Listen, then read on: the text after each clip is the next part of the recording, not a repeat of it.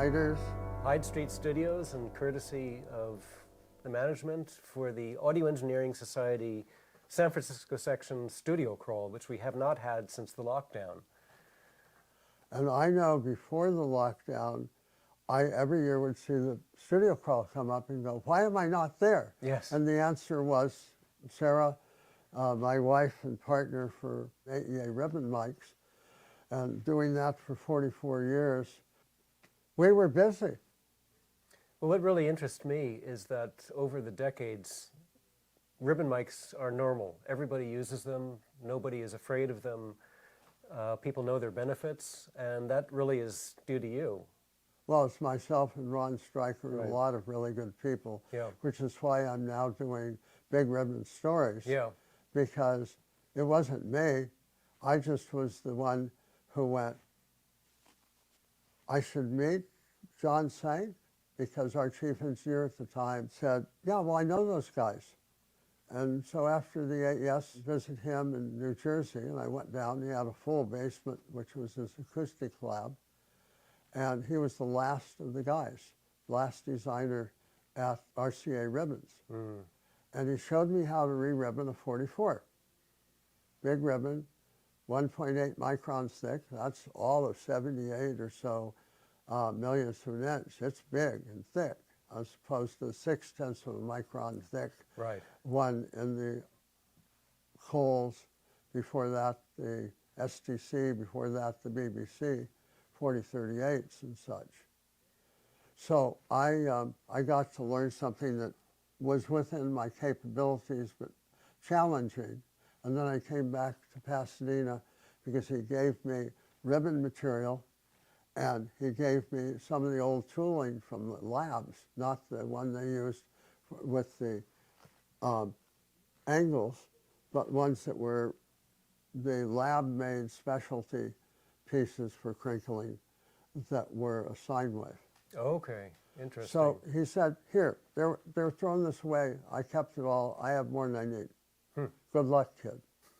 And I felt a kid then. I was late 30s. Amazing. And I have been doing that now for 44 years and been retired almost a year. 44, as in the model. Yeah. I started fixing them, and then in 95 I had cancer. And I lost a lot of hearing in the chemo and radiation. It was head and neck cancer. Ugh. And the 50-50 odds, and I said, I got 6 and 10-year-old. I need to leave a legacy. So I imagined what the legacy might be and decided to do what Les Paul later told me was his favorite mic, the 44. You know, interestingly enough, when I started out, I was just producing and doing my own editing. And one project, there was a soprano with a very focused voice, not unattractive, but I knew this might be an issue. And so I asked the engineer to bring a whole bunch of mics, and he mentioned the word ribbon mic, and at that point I hadn't even heard what it was. And I said, well, okay, let's try it. And that's the one we ended up using. And so that was the first exposure. The second, at Aspen Music Festival, under Ron Streicher. I believe there were prototypes for the R84 at that point. Right. And so we started using that, and it got me really intrigued. I thought, okay, you know, Aspen is a rather sort of quick and dirty situation. You decide what you're going to do, put the mics up. The concert's that day, it's one shot, not much time for reflection. But I started using them more in my studio productions, and then you came out with a TRP, dedicated preamp, just for passive ribbons. And well, that's what Les told me. yeah. He said, now, Wes, you have to know about the 44. It was the first great music mic, but it's only as good as the preamp, and I've never heard a preamp that's better than it.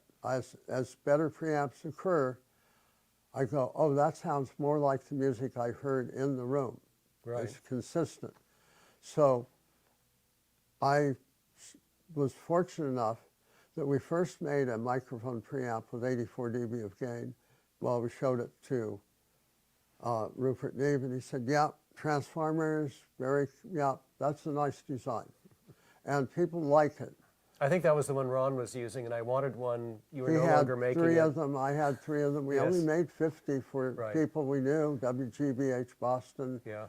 and some people we didn't know, like the news broadcasters from the White House crew. Interesting. They were using the 4104, but that's a sports microphone designed for the Olympics where people are yelling. Well, also to resist the wind, you know. Yeah, Yeah. yeah. And so when you're in the back of the place doing a last minute change, it's been mentioned now that you need a lot of gain. And we had a lot of gain, and it was reasonably quiet. So we found with that 84 dB of gain, we happen to have MS stereo, and I've been doing that a long time, and it was really fun. It was made to fit on top of an F1, the little original prosumer digital, so that you record on your Betamax, which was the same size. Okay. There's that portable package, a Betamax, an F1, and we made it so you just sat that on top, and now you can have a pair of 4038s or a pair of 44s, and you can make a really nice recording. Yeah, because you certainly don't want to use the camera audio. No, no. No. So that's how we got started doing preamps, but that was, we sold it for $1,800. That wasn't much more than what it actually cost us to build. Right. And that's why we just made them for ourselves, because we said, no, there's people are telling us $1,800. No, no one would ever spend that much money for 2 channels of mic free. Well, what do we know? And the other part was we didn't make any money doing it. Yeah. It was an art project, like much of the things we've done.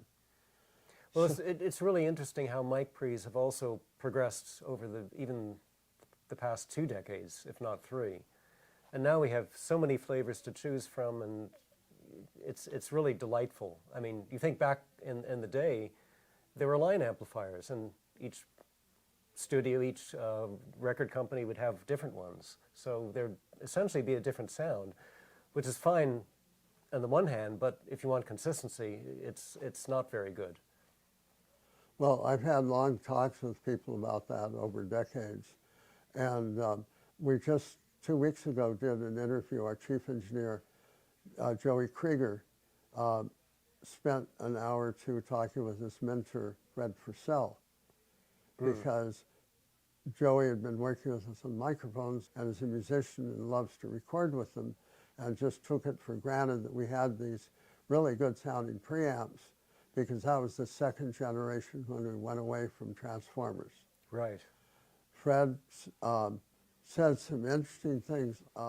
Initially, he was just doing things for rock and roll because those are the people he knew. He'd fix things for them. For the first 10 years, he did most of the Eagles, pretty much all of their custom stuff. Oh, interesting. And then he got hired full-time by Jackson Browne, Right. where he did everything electrical audio. Right. Yes, because at one point the San Francisco Symphony had, I think it was at least 28 channels of his mic pre's in the 500 series. I think the number might be as high as 50 or 60. I think it had to grow because of all their DSD recordings. Yeah. Yeah.